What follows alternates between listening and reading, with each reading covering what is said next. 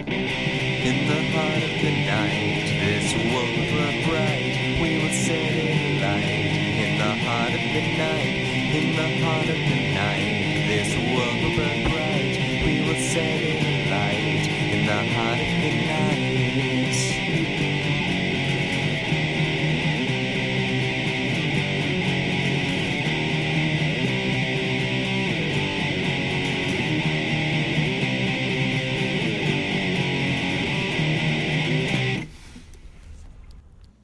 Hello everyone, I am Anthropomantic Fiend and I do horror-related things on the internet.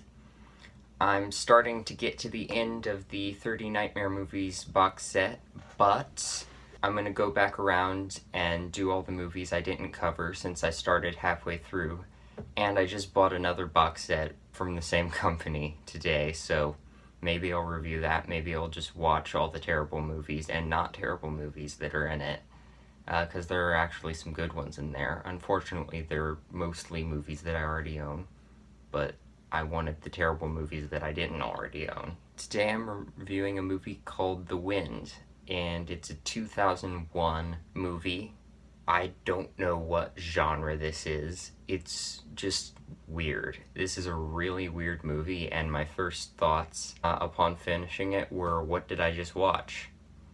Which can be good or bad, and in this case, I don't know which one it was. It was just weird.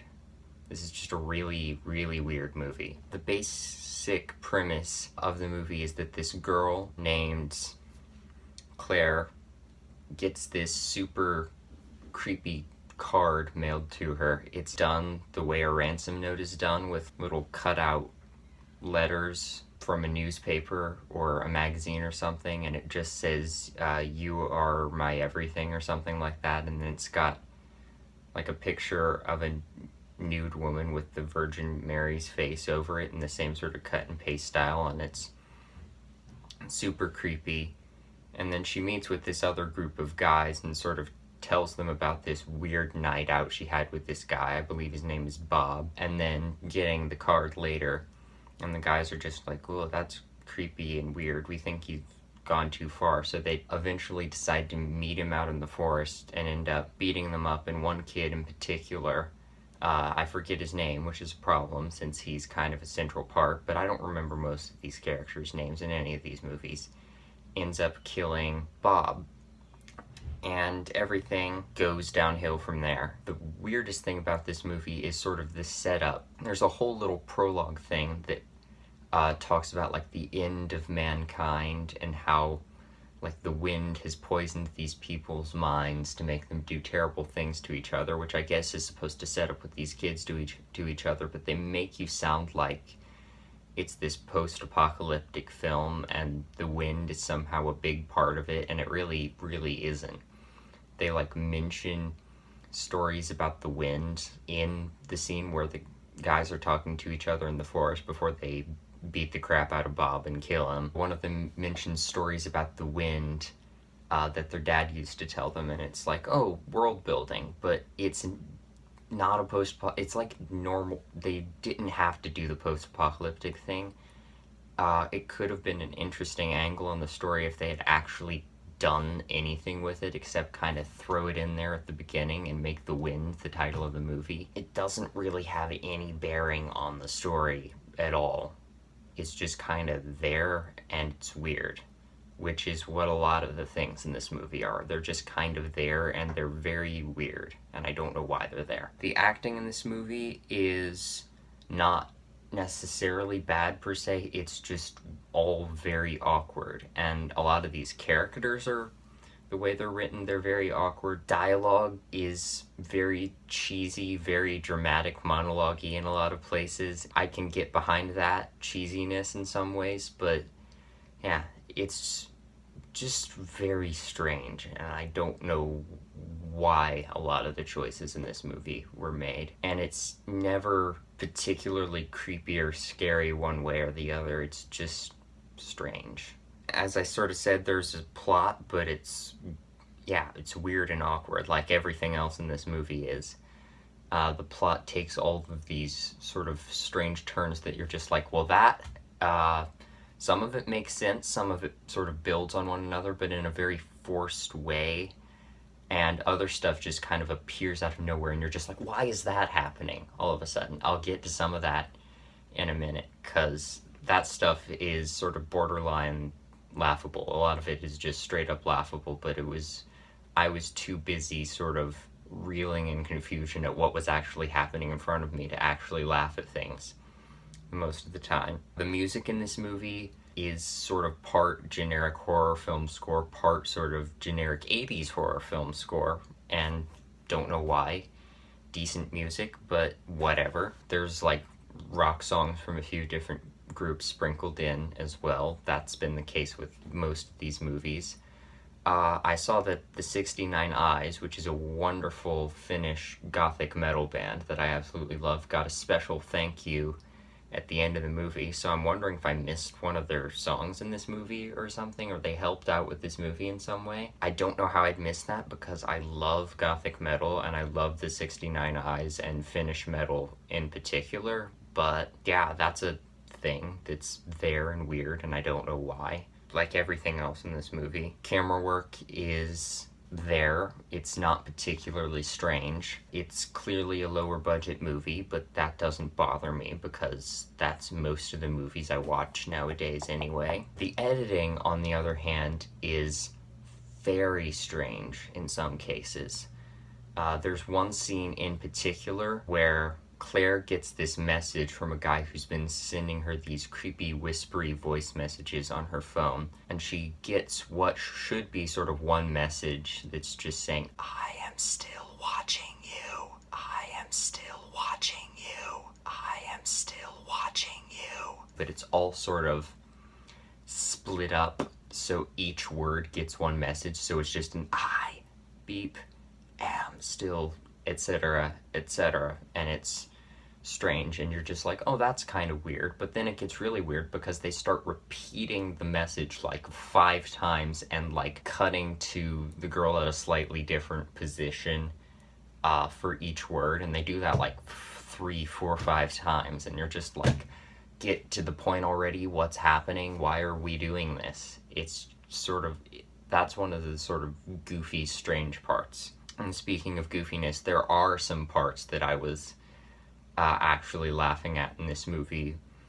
Notably, right after the weird whispery messages, the guy calls Claire again, and you just hear heavy breathing on the other end of the phone, and then hangs up, and then she just calls back, and she's just like, who is this? And the guy on the end just says, is your refrigerator running?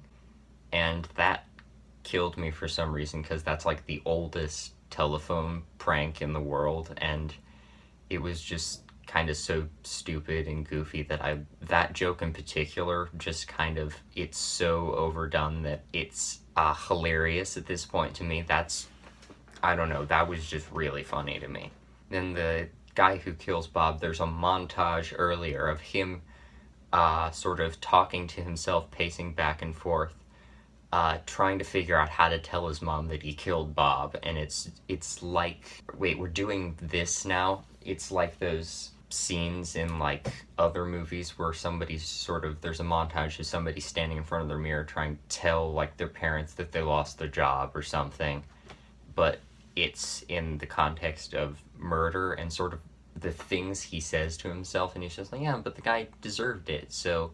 And then you just see him like a few seconds later just swinging his hands wildly through the air, just like pantomiming how he killed Bob, and then just being at the end, so how was your day, Mom?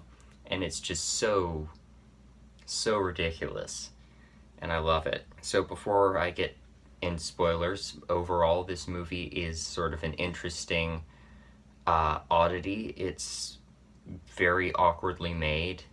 But I can tell that some sort of effort to make an interesting movie was put into it, and it's definitely interesting. I can't really say that it's good, and I can't really say that it's bad either. It's just weird. If you want to watch kind of just a weird, low-budget movie, I don't even know if this is technically a horror movie. I don't know what genre this thing is. It's just kind of a weird movie. It's definitely not a must-watch, but if you want a weird movie, here's a very strange film. And without further ado, spoilers. The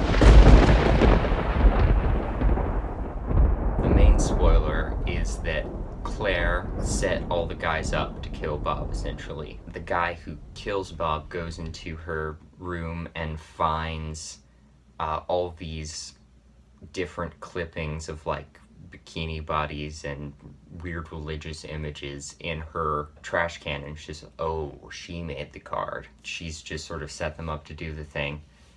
Which is sort of kind of obvious at the beginning after she finds out, because she's just, like, completely unfazed by the fact that Bob's dead. She's super, like, weirdly happy about it.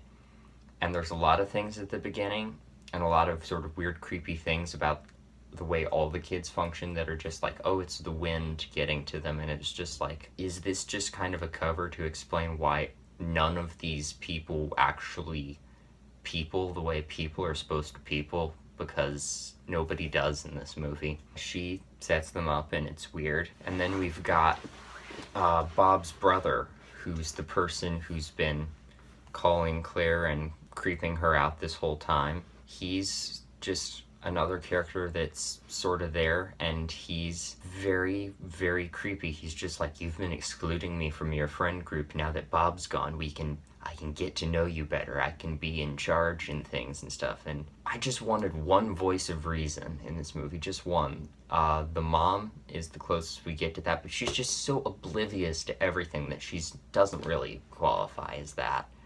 She's also the only adult in this movie. So yeah, the brother is there, and he's very strange, and you don't really quite know what his motives are. Everybody just is very creepy in this. The other particularly creepy guy is, I don't remember his name at all, but he's another guy in the friend group who, after Bob dies, they're like, the police are gonna come for us.